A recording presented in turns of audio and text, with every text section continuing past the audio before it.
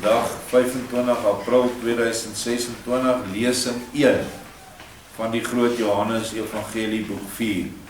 Alhoewel dit is verhaal is wat net aan en aan gaan, van boek 3 na 4, 15, begin ons maar weer met ons lesings nommer 1, want as ons dit op die webwerf sit, kom dit nou weer onder 'n nuwe hoof. Anders te raak het te lang. Ek dink die vorige een was 133 lesings. So, dit is maar net uitlegrede. So, ons is vanmôre by die Johannes Evangelie boek 4, Groot Johannes Evangelie, en die eerste opskrif is die ware wysheid en die lewende eerbetoon aan Elohim. Nou, gister het ons nog gelees van Muriel, Mathael en Raphael die engel, waar hulle 'n besoek gebring het in die gees aan die planeet Venus, en 'n klompie lering wat ons daar uitgekry het vir onsself, uit daardie gesprekke. En nou, dit was nou net by sonsopkoms, en Yeshua en al die ander het geslaap, die 3 was so opgewerk, dat hulle nie kon slaap nie. Nadat ek, Yeshua, opgestaan het, en almal wat saam met my gedurende meer as 3 uur, heerlik gesluimer het, dit ook gedoen het, roep ek dadelik die 3 na my toe, en vra hulle waarom hulle self ook nie gedurende die 3 uur aan die versterkende slaap oorgegee het nie. Mathael antwoord, meester, verhewene, alwyse, wie kan dan nou slaap as hy deur u woord so oormaat aan energie gekry het? Ons is al 3 so fiks, asof ons die hele nag heerlik geslaap het. Ons het die 3 ure so goed as moontlik in u naam bestee, en dankzij u welwillende toestemming, het ons dinge meegemaak, waaroor 'n mens waarskynlik nooit van gedroom het nie. Daarvoor dank ons u nou dan ook uit die diepte van ons harte. U is die meester en orals is u slegs alles in alles. Aan u alleen, daarom ook al ons liefde en ons diepste eerbied. En hy sê dit onder andere wat hy in 'n geesteservaring, in 'n geestesvervoering op die planeet Venus geluister het na 'n leier van 'n gemeenskap, en selfs daai leier het getuig dat daar op die aarde nou 'n man wandel in wie die volheid van die Godheid woon, die volle gees van Jahwe. En dit is hoekom hy so iets sê, dat u orals in orals en alles is. Yeshua sê vir hom, goed, ek weet wat julle almal bespreek en meegemaak het in die bestemde tyd, maar nou dat julle dit eenmaal beleef het, moet julle dit voorlopig vir julle self hou, en van die kennis daarvan ook nie verkeerd gebruik nie. Die kinders van hierdie aarde verstaan dit nie, omdat hulle nie daar vandaan kom waar julle vandaan gekom het nie. Die kinders van die wêreld is die kinders van onder, en die kinders wat hierdie nou na verwys, wat van bo gekom het, is die wat eens op planetêre stelsels gewoon het. Julle sal egter nog iets baie belangriker ervaar. Dit sal wees as die Heilige Gees oor julle sal kom, wat ek eenmaal uit die hemele oor julle sal uitstort. Die Gees sal julle met die hele waarheid bedeel. Sy sal die Gees van die liefde wees, van die Vader self, wat julle sal opvoed en leer, sodat julle almal daar kan kom waar ek sal wees. Want waarlik ek sê vir julle, niemand sal na my toe kom, as die Vader hom nie na my toe sal bring nie. Om by my te kom, moet julle almal deur die Vader, dus deur die ewige liefde in Elohim, onderrig word. Julle almal moet dus volmaak wees, soos wat die Vader in die hemel volmaak is. Kennis of ervaring, hoe groot ook al, sal julle nie daar bring nie, maar slegs die lewende liefde tot Elohim, en in gelyke mate tot die naaste. Daarin lê die groot geheim van die wedergeboorte van julle gees, uit Elohim en in Elohim. Elkeen sal egter eers met my, deur die nou poort van die algehele selfverloning moet gaan, om te word soos wat ek is. Elkeen moet ophou om self iets te wees, en om in my alles te kan word. Om Elohim bo alles lief te hê beteken om heeltemal in Elohim op en in te gaan en die naaste lief te hê beteken eweens op en ingaan in die naaste, omdat mens hom andersins nooit kan lief hê nie. 'n Halwe liefde baat nog diegene wat Elohim lief het, nog diegene wat die mens lief het. As jy vanaf 'n hoë berg na alle kante toe 'n volledige uitsig wil hê, moet jy in elk geval sy hoogste top opklim, want vanaf 'n laer punt sal daar steeds 'n deel van die totale uitsig onsigbaar bly. So moet dan ook alles in die liefde gedoen word, en die uiterlike moet vanuit die innerlike voortkom, sodat haar vrugte vir julle sigbaar kan word. Julle harte is 'n akker en die daadwerklike liefde is die lewende saadkorrel. Die behoeftige broers is die bemesting vir die akker. Wie van julle baie saadkorrels in die goed gemeste akker sal saai, sal ook 'n ryk oes hê. Hoe meer armes julle sal gebruik as bemesting vir die akker, soveel kragtiger sal hierdie bemesting wees. En hoe meer goeie saadkorrels julle sal saai, hoe ryker sal die oes wees. Wie ryklik sal saai, sal ook ryklik oes. Wie weinig sal saai, sal egter ook weinig oes. Die hoogste wysheid is daarin geleë, dat julle wys word deur die vurigste liefde. Nou daar is 'n ander skrif wat sê julle met die koninkryk met geweld na julle toe trek.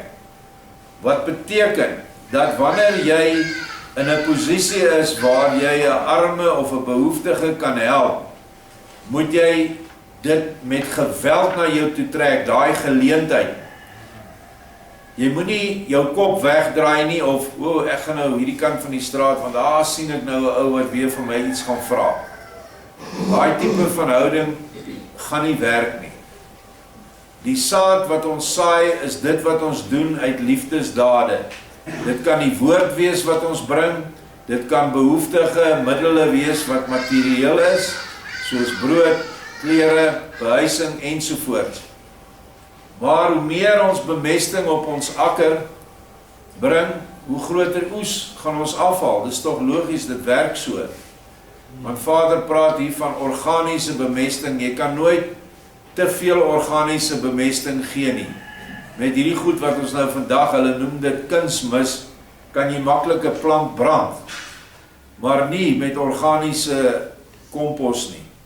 Want jy kan selfs plante direk in daai goed plant, en dan gedei hulle eers. En so werk dit met ons. Moenie 'n geleentheid misloop of verbeur om liefde te betoon aan jou naaste nie. Al is dit net om 'n swaar voorwerp uit 'n ou tannie se hande te neem en te sê, tannie gee vir my, ek sal dit dra, waar gaan jy heen? En dan doen jy dit. Dit is 'n daad van naaste liefde. Dis 'n daad wat so groot is, dat dit saam met jou oorkant toe gaan, wanneer jy hierdie aardse liggaam verlaat. So 'n klein dingetjie. Iewers sê Yeshua, vir 'n glas water, wat jy vir 'n bedelaar gegee het, of vir 'n arm mens, sal ek jou 'n heelal gee om oor te heers. So ons het nie 'n idee, wat die gevolge van naaste liefde dade, in die hiernamaals is nie. Hy praat hier van 'n 100voudige oes. In die boek Jakobus, die oer-evangelie van Jakobus in die boek van herinnering, het Joshua saam met sy pa lande toe gegaan en hulle het saad uitgestrooi.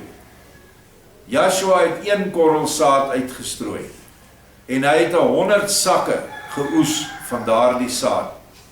Wat natuurlik wys na sy evangelie en sy hele lewensloop wat hy gebring het vir ons. So, ons moet sy voorbeeld volg en ons moet werk. En elke dag waar ons nie geleentheid kry om hierdie dade te doen nie, is eintlik nie 'n goeie werksdag vir die gees nie. Want ons het dan daai dag eintlik verniet geleef, sinneloos geleef. En jy kan mense in gebede opdra, as jy nie self die vermoë het om dit te kan uitvoer wat hulle hulp gaan moet bied nie, sê nou maar hulle wil 'n huis hê, hulle bly op die straat, dan kan jy bid. Want onthou, elke gebed word bereik die ore van die Vader as jou hart opreg is. En daar gaan 'n lig aan.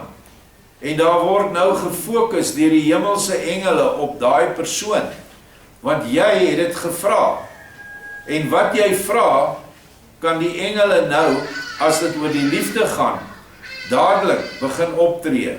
En daai persoon se lewe kan sodanig verander, dat hy op 'n plek gaan kom waar iemand hom behuising gaan gee.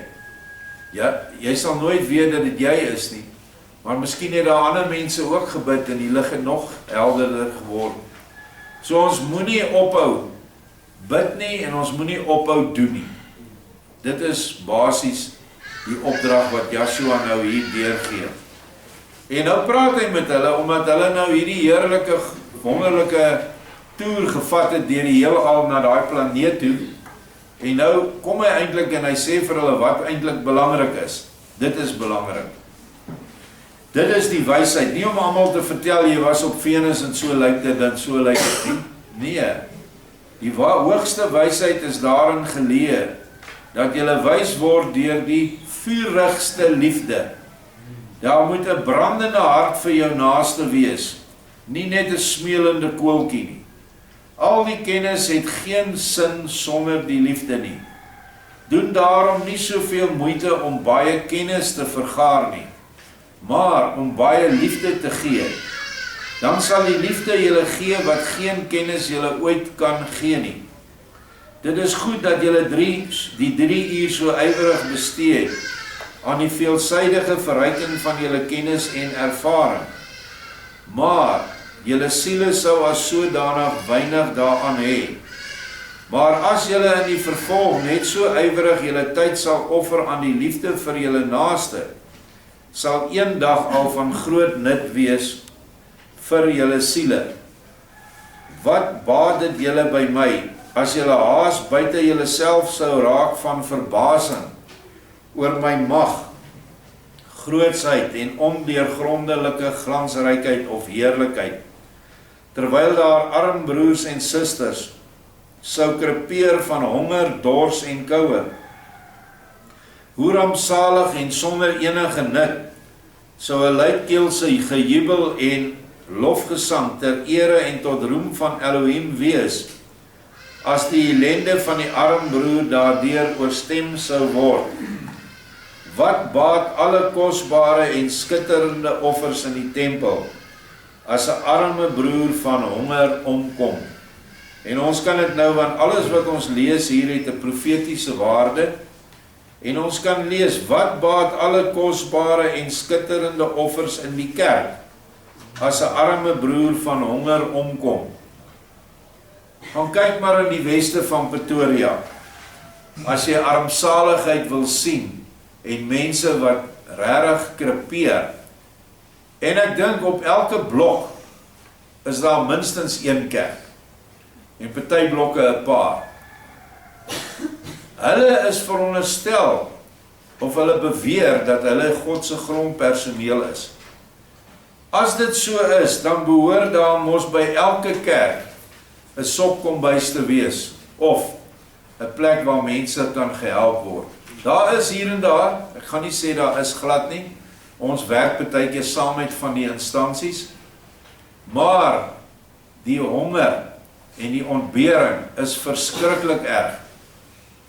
En ongelukkig het dit maar in die tempel ook gebeur destyds, as jy nie kan bewys dat jy 'n Judeër is, wat behoort aan die tempel nie, dan help hulle jou nie, jaag hulle jou weg. En ons het nou al soveel terugvoering van mense hier by ons gekry, eerstehandse inligting, dat die kerk hulle nie gehelp het nie, want hulle is nie lede van daai kerk nie.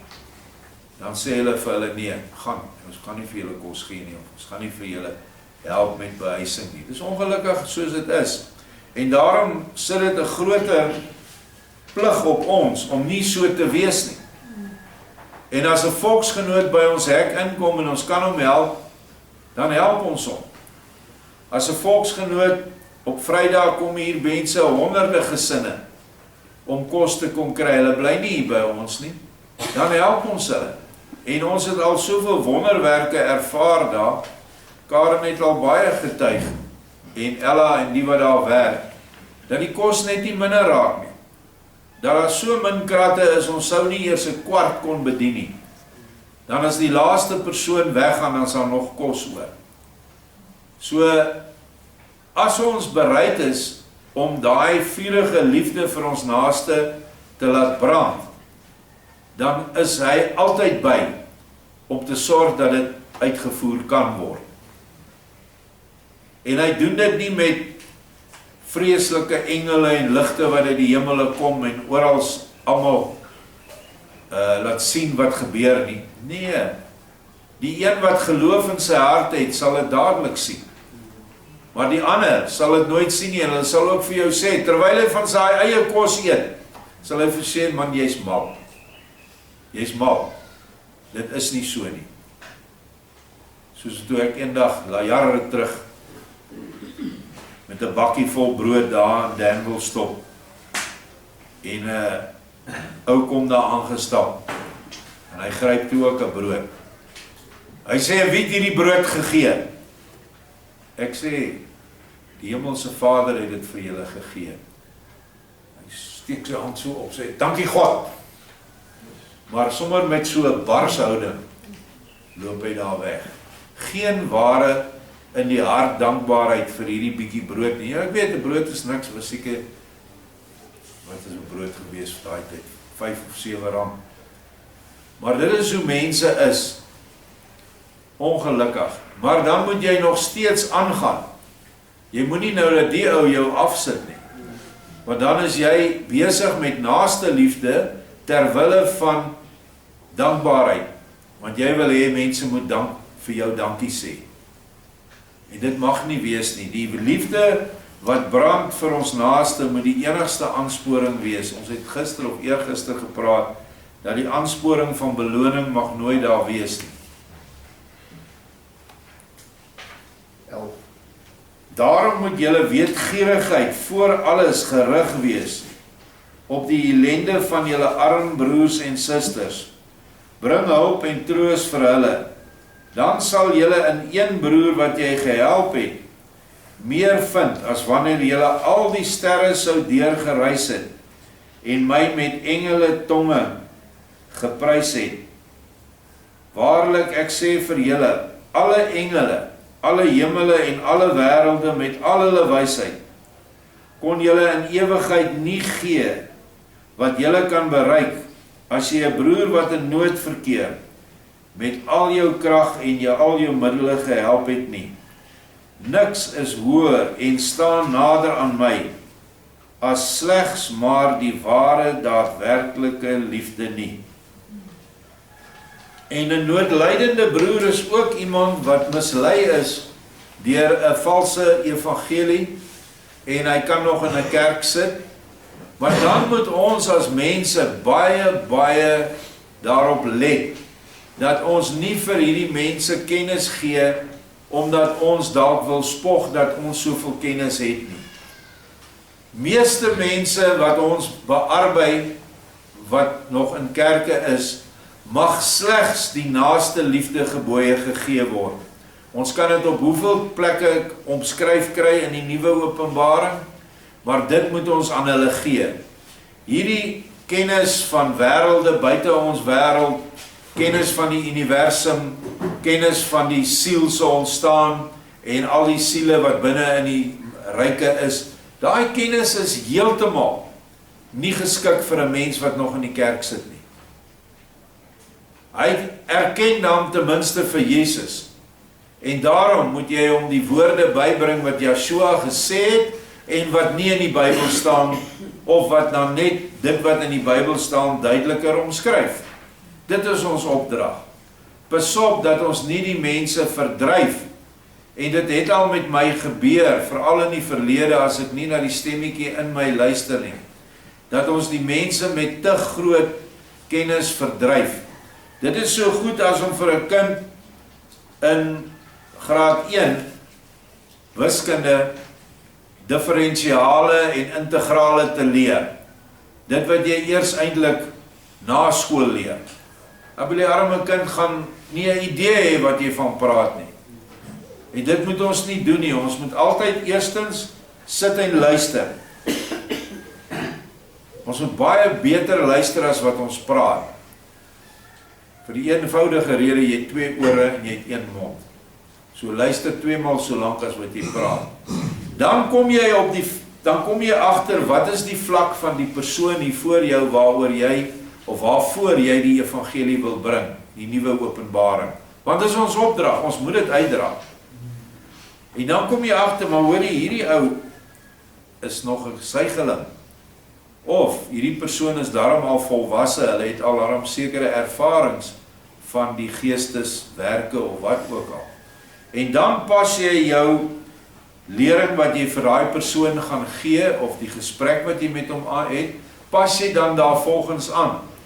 En wanneer die stemmetjie vir jou in jouself sê, hoorie, stop nou, dan weet jy, jy het nou genoeg gegee. As jy meer gee, gaan die persoon verstik. Want baie keer probeer ons voorgereg, hoofgereg, nagereg en koffie en beskuitjies vir die persoon te gee in die gees. Dan verstik hy, want hy kan net een gereg op 'n slag verteer. So, jy gaan weer 'n kans kry, as jy vir hom die voorgereg gegee het, heel moontlik gaan hy self na jou toe kom, want hy vind die kos aangenaam, en hy wil nou nog meer weet. Maar besop vir te veel gee op 'n slag. As jy tot Elohim bid, tydens die gebed die klagte van jou arm broer nie hoor, wat tydens jou gebedsuur by jou om hulp kom vra nie, laat jy dan nodeloos misbaar vervloek wees, want my eer bestaan uit die liefde en nie uit die holklanke uit julle mond nie. Baie, baie, baie kragtig. Jy vervloek jouself, omdat jy die naaste liefde nie doen nie, te lui is, of te sleg is, of die persoon veroordeel het in jou gees en sê hy is dit nie werd nie. Dit is iets wat ons elke dag aan moet dink. Baie keer sê ons 'n ou wat kom kos haal, dan raak dit agterweer, dan eers oor 'n week onthou ons dit weer of vra hy weer. Wat het daai arme mens nou in die week geëet? Ons het vanmôre nou, ek noem dit maar praktiese voorbeelde, gister het mense my gevra vir blyplek, maar ons het nie. Toe vra hulle asseblief, hulle kry verskriklik koud, kan ons vir hulle komberse gee? Nou, ons ry nie in daai rigting nie, dis Wilgers, dis ver uit ons pad uit. Maar ons het vanoggend 'n bakkie gehad wat Wilgers toe gaan en vir hulle komberse gegee het. En dit is die tipe van ding wat ons moet doen. Doen 'n bietjie moeite, want daai persoon kry ontsettend swaar in die koue. Nou as kinders ook betrokke. So, ons is baie keer bietjie gerieflik. En dan moet ek partykeer myself in die bek ruk. Sê nou maar dit was jy.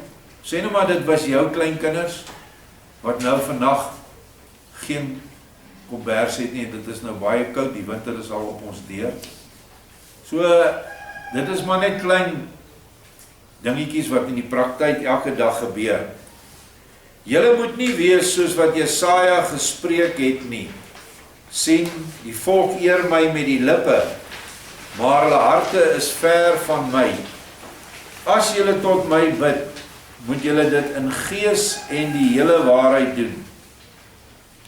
Want Elohim is 'n gees en kan slegs in gees en waarheid aanbid word. Mense vergeet dit. Ek het al op Facebook hierdie spesifieke ding neergesit, want Elohim is gees. Dan sê hulle, maar wat beteken dit om gees en waarheid te aanbid? Ek aanbid op die Sabbat. Ek eer die Sabbat. Ek doen niks verkeerd op die Sabbat nie. En dan wil hy nou by Vader, wil hy nou eer en beloning hê omdat hy 'n dag leeg gelê het.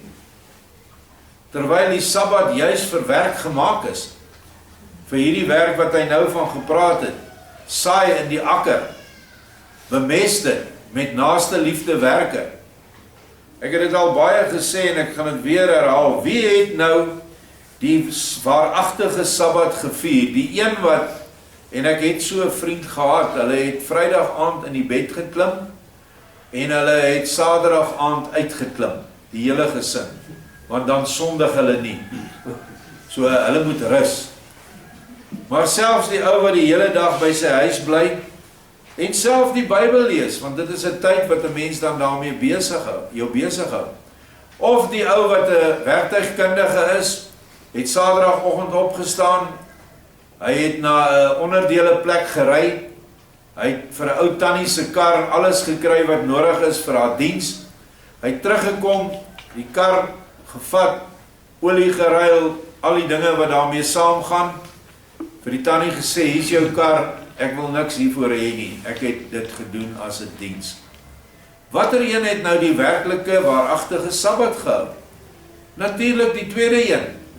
En hy het alles gedoen wat jy nie mag doen nie. Hy het in sy werk, in sy beroep was hy besig. Hy was besig met beroepswerk. Hy het gaan koop. Jy mag ook nie koop en verkoop op daai dag nie. Hy het onderdele gaan koop. Maar tog het die liefde in sy hart vir daardie ou tannie gemaak dat daai oortredinge nie oortredinge is nie. Want hy het nie werklike beroepsloon ontvang daarvoor nie.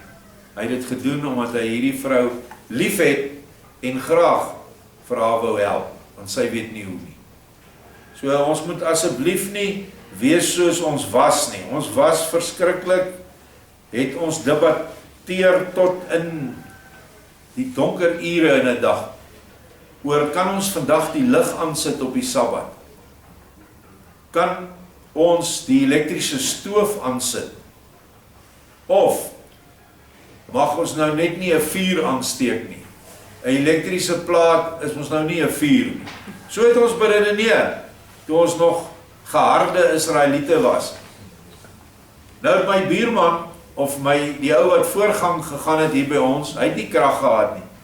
So hy kon nie 'n vuur maak nie, want dit is nou in die skrif duidelik.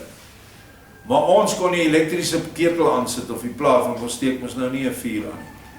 So het ons onsself besig gehou met die sinnelooste klomp nonsens. En ek noem dit want so baie gemeentes in Israel is nog steeds daarmee besig.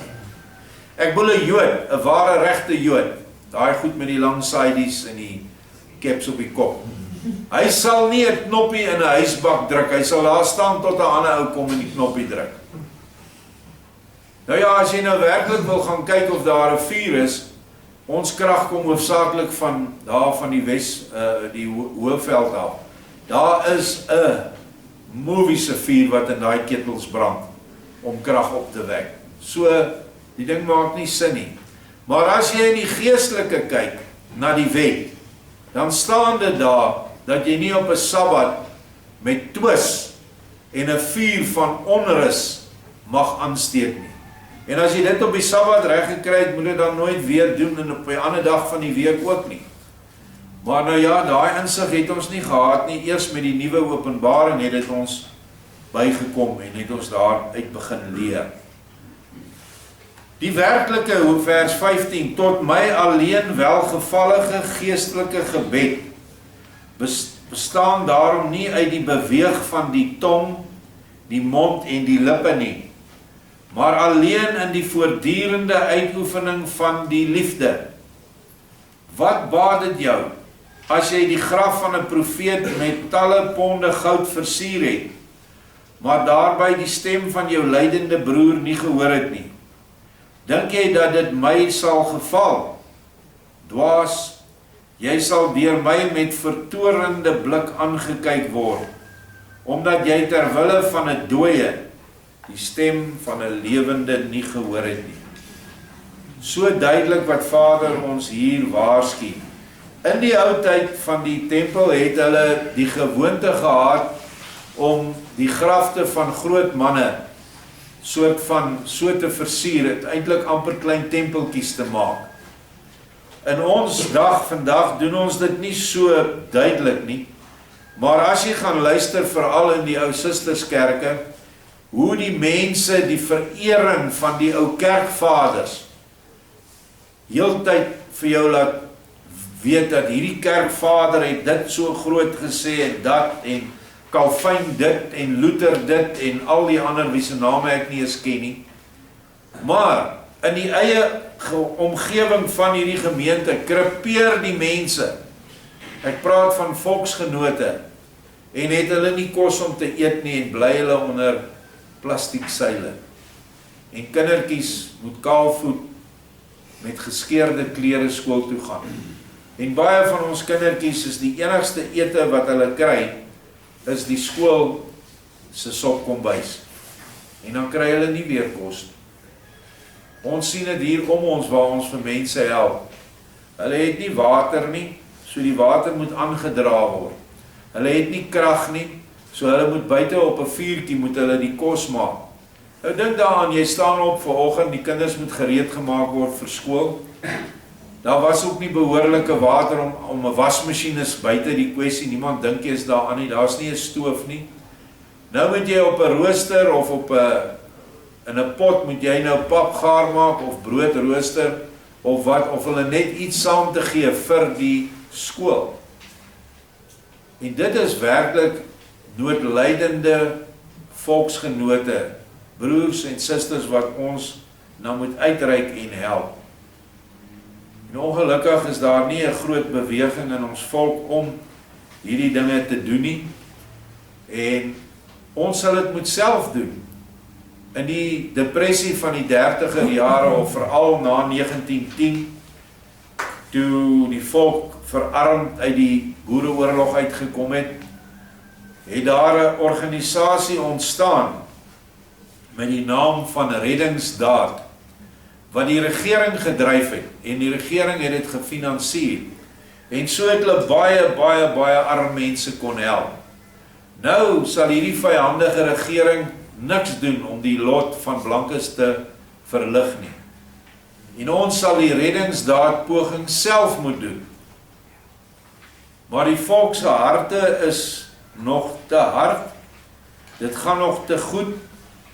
Miskien as almal op dieselfde vlak kom, wat nou moontlik lyk wanneer hierdie gebeure in die Midde-Ooste bekyk word, gaan ons een van die dae dalk almal niks sê nie. Jou kar gaan nie loop nie en my kar gaan nie loop nie. En wanneer brandstof geransoneer word, sal ons as blankes heel laaste op die lys wees. Dit kan jy maar weet. Die regering sal eerste kry, die taksies tweede, dan alle swartes, en hulle beslaan 90% van die volk, en sekerlik ook van die ekonomie. So ons gaan bitter swaar kry. Mag ons dan nader aan ons medemens kom, en mekaar kan begin help, want daar gaan ook nie 'n trekker wees nie, maar 'n spitgraaf gaan daar nog wees, om die grond om te spit, want ons het nie meer donkies nie, ons het nie meer osse wat kan ploeg nie. Ons het nie eers 'n donkiekar om gou bynes toe te ry nie, as daar nie brandstof is nie. So dis die situasie waar ons is. Nou sê baie mense, ja, maar ons moet elektriese karre kry. Hallo, dit word ook gelei deur elektrisiteit wat deur brandstof opgewek word. So dit gaan ook nie werk nie. Môre het ons kragopwekker al van 5 uur af geloop tot nou is die krag nou eers terug. Wonder ek nou, wat gaan ons doen as die diesel weg is? Dan gaan ons maar net sit soos almal, die yskaste gaan ontdooi, alles gaan vrot word, en dit is die lot. Maar nog, binne al hierdie goed wat ons na kyk, is die vertroue dat Vader ons nooit sal verlaat nie. Al is dit dan dat jy elke dag pap met een of ander shesheba of sous sal eet, wat ook al hy voorsien. Maar dat ons nie honger sal gaan nie, daarvoor kan ek waarlik vir julle sê, daarvoor het ek te veel vertroue in hom. Nou goed, volgende hoofstuk 2, die lot van die plek in Palestina. Kyk, ek het alreeds voorsien, dat die plek wat ons nou sal besoek, binne 100 jaar sal ophou om te bestaan, sodat geen grove afgoderry in die toekoms daarmee bedryf kan word nie. My Nasaret sal mense nie meer vind nie, maar wel 'n ander een agter die gebergte, wes van hier af. Genesaret sal ophou om te bestaan. Slegs Tiberias aan hierdie kant van die see sal bly. Caesarea Philippi, waar ons nou is, het al verdwyn. Ons onthou nou, die storm het hom weggevat en die brand. Maar daar sal 'n oorblyfsel aan die meer wees, waar die Jordaan vandaan kom. En dan ook in die weste, nie ver van die groot Soutsee nie. Die Soutsee is die dooie see. En wel in die buurt van Tyrus en Sidon. Van die landstreek Samaria sal slegs die gedeelte van hier in die suidelike rigting tot aan die groot see bly bestaan. Die klein gedeelte wat meer na die ooste toe lê, met die egte Sigar en die ware berg Horeb, sal ophou om te bestaan. En die latere nakomelinge sal dit soek en nie ver van die groot see vind nie. Maar dit sal niks meer wees as 'n naam en 'n ongenaakbare berg nie, maar geen waarheid nie. En so sal dit ook gaan met Jerusalem en nog vele ander plekke van die beloofde land, wat herhaaldelik in 'n woestynny verander sal word. So al hierdie plekke wat die Christene na toe reis, ons gaan nou Israel toe om 'n besoek te bring aan Jesus se geboortedorp en Jesus se graf en Abraham se graf en al daai goed. Niks is op die plek waar dit was nie. Niks. Alles is op 'n ander plek. En Vader het dit juist so gewil. Sodat selfs die Jerusalem staan nie op die plek waar Jerusalem was nie. En ek verstaan nie hierdie ouens nie. Hulle aanbid daar by 'n muur, hulle noem dit 'n klaagmuur, en hulle noem dit 'n oorblyfsel van die tempel. Maar, hulle beweer ook, dat die klomp Arabiere, het die tempel moskee, gebou op die plek waar die tempel gestaan het bedoel ek. En hulle moet die moskee platskiet, sodat hulle die tempel daar gaan bou. Nou, hoekom aanbid jy by 'n muur wat so ver van daai plek af is? So een van die twee maak nie sin nie. En nou weet ons uit die geskiedenis dit is 'n muur, 'n oorblyfsel van 'n ou Romeinse tipe van 'n kasteel of 'n fort. Dis wat dit is. En wat belangrik is dat ek hierdie goed vir julle sê, is dat elke leier en elke belangrike persoon in die wêreld het al by daai muur gaan staan met die swart ves op sy kop, en dan sit hy vir 'n briefie daar binne in die muur. Ek stuur vir God 'n faks. Maar intussen is die een wat geestelik helder is, moet dit so sien, dat dit almal die dooies is, die dooies in die geloof, wat voor 'n muur staan, wat hulle verhoed om in die koninkryk in te gaan. En daai muur is die gebrek aan liefde vir Yeshua. Dis wat daai muur vir my beteken. Dit is mense wat Yeshua nie lief het nie, wat die Jood lief het en die Joodse wil doen op aarde. En dit is hulle wat daar deur hierdie muur gekeer gaan word, want hulle het nie liefde vir Yeshua nie. Want as jy liefde vir Yeshua het, sal jy hom nie verloon nie. Definitief nie saam in die nageslag van sy moordenaars fakse in die mure gaan indruk nie. Dit sal jy nooit doen nie, want dan verloon jy hom. Want ons weet dat hulle gesê het, laat sy bloed oor ons en ons nageslag kom. Inteendeel, hulle het nog verder gegaan, hulle het in hulle Talmud die mees waaglikste goed van Yeshua ingeskryf, wat hulle met hulle hele hart glo. So, baie oop kop wees vir hierdie fisiese dinge. Onthou dit almal goed, want so sal dit gebeur, omdat die mense nie selde die stem van hulle arme broers en susters deur die verafgoding van hierdie plek gehoor het nie. Hulle sal almal in verwarring gebring word. In die verkeerde Nasaret sal hulle my huis soek, en dit sal hulle verwar, want die egte Nasaret sal gou nadat ek opgevaar het na my ryk, van die aardbodem verdelg word.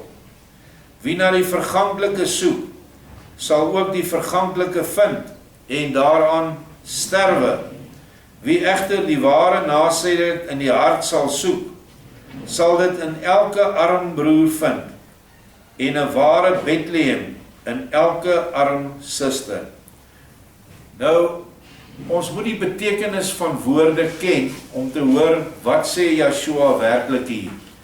Alle dorpname in die ou Hebreëus het 'n betekenis.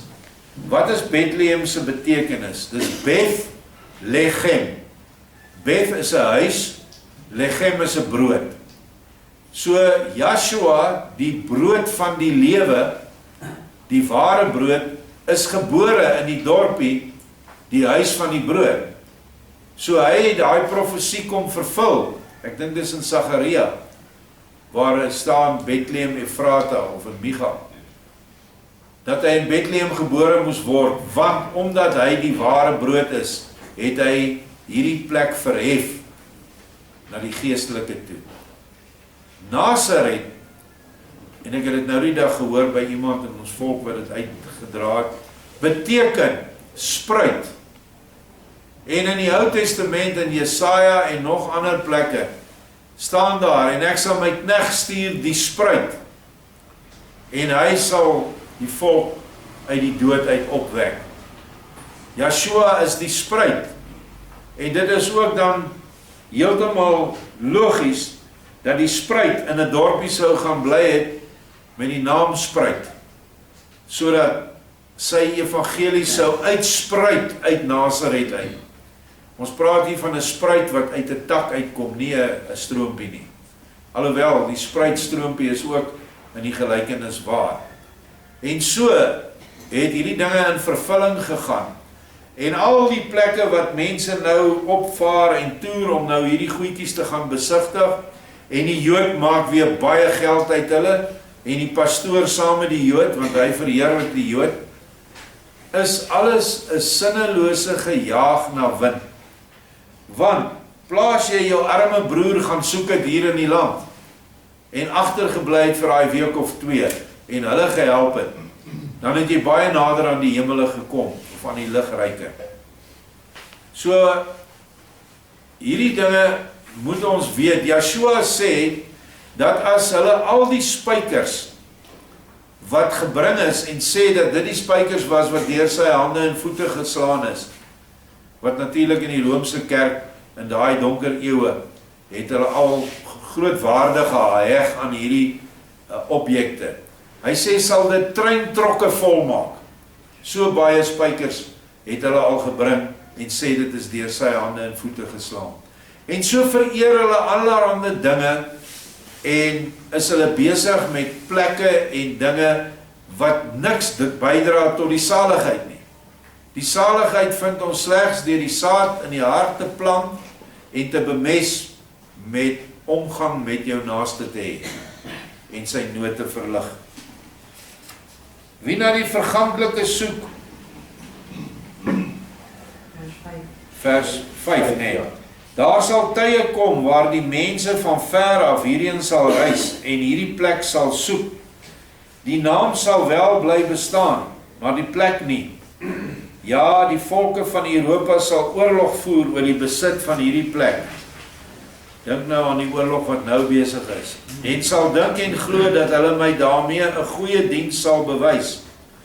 Maar tuis sal hulle vrouens en kinders en broers en susters laat wegkwyn in armoede, nood en ellende.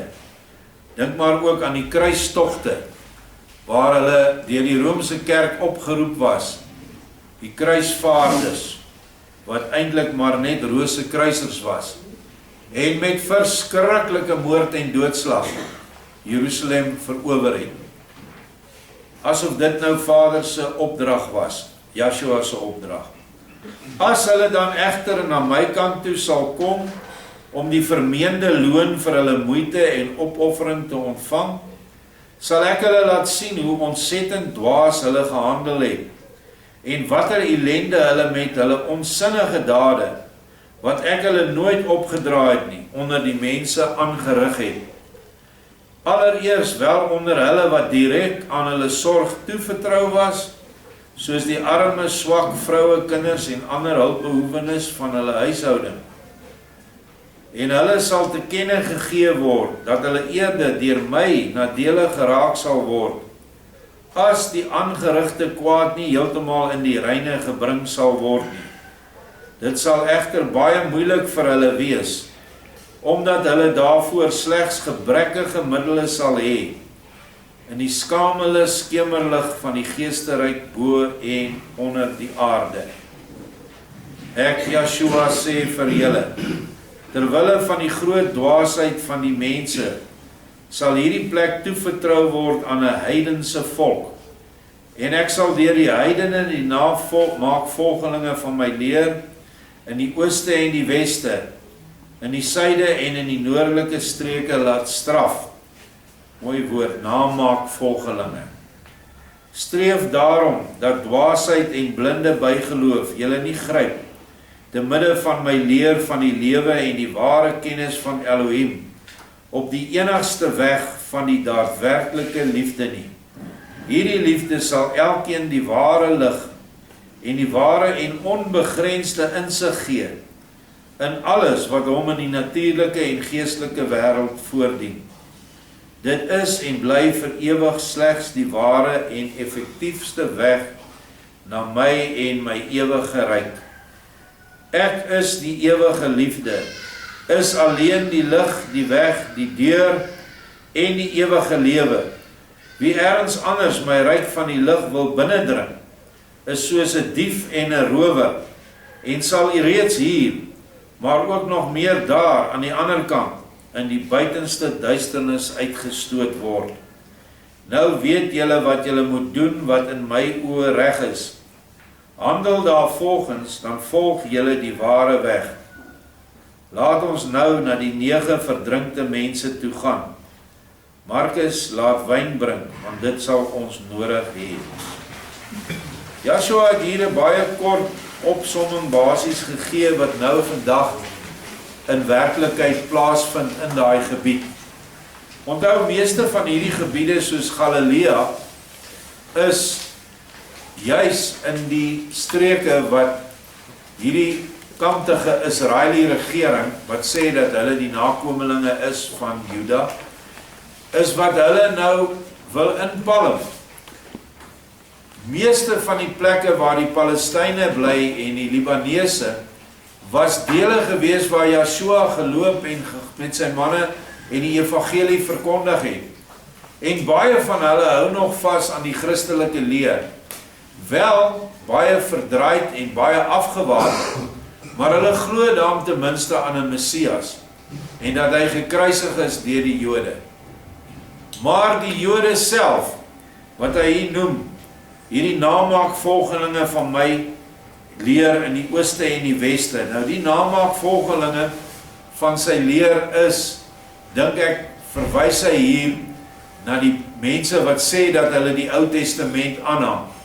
Maar selfs doen hulle dit nie. Hulle het 'n ander leer wat vir hulle, wat hulle volg en wat hulle bystaan as volk.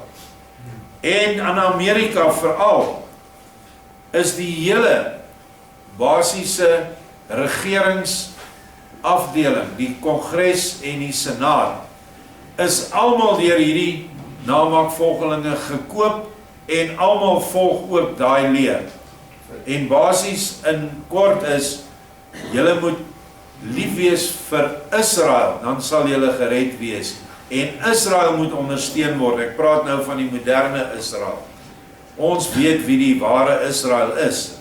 Maar daai dwaase en hulle word ondersteun deur miljoene pastore en dominees in die kerke wat sê dat julle vir Israel goed moet wees, die huidige Israel. En so is almal besig met 'n namaak leer. En ek het self geluister wat Netanyahu sê, die hoof van daai land. Hy sê, julle Christene sê julle moet vir JC, hulle praat ons van JC so minachtend, lief hê. Maar JC was 'n Jood. Julle moet al die Jode lief hê. Dan sal julle gered word en hemel toe gaan. Hy sê dit. Dit is die walglikheid van die wêreld se sterkste nasie, Amerika, waar hulle geestelik hulle self nou bevind. En dit gaan tot hulle dood lei, want hierdie barbare geestelike barbare wat in daai Israel land is, wil die hele grondgebied hê van die Nyl tot by die Efraat. En hulle maak alles dood wat daar binne is, blaas alle geboue op, totdat hulle uiteindelik daai plek het. En Gaza is nou geoormerk vir meneer Trump. Hy gaan 'n paar Trump Towers daar bou. Hulle gaan daar ontwikkelings doen, sodat mense lekker daar kan gaan vakansie hou. Maar daai arme mense wat daar uitgedryf is, wat nog steeds van honger smag, en wat nie ooit weer sal terugkom na hulle huise, daaraan word dit nie gedink nie. Nee, hulle het nou die plek skoongemaak vir die Jood. En as jy dink dit is 'n storie wat ek vertel, kyk na die lapelle op die Israeliese soldate se moue. Dit is die hele grondgebied van die Nyl tot by die Efraat. Hulle het dit al klaar in hulle koppe. Dis onsin en niemand gaan hulle stop nie. Nou ja, ek kan nie die toekoms voorspel nie, ek weet nie wat daar gaan gebeur nie. Maar ek weet net, as daar vrede op hierdie aarde moet kom, voordat die groot vrederyk aanbreek, ek weet nie of daar vrede gaan kom nie, dan moet Israel totaal, en die land Israel nou, moet totaal en al nie meer bestaan nie. Ook nie die inwoners nie. Want hulle is almal net soos hulle leier, hulle is nie anders nie. En dit is ongelukkig die toestand in hierdie plek waar Joshua sê, die lot van die plek in Palestina. Maar glo niks wat iemand vir jou sê nie, glo net dit wat Joshua vir jou sê. En hierdie nuwe openbarings het soveel waarheid vir ons. En maak dat ons perspektief kry op die dinge wat nou besig is om plaas te vind in die wêreld. Baie dankie.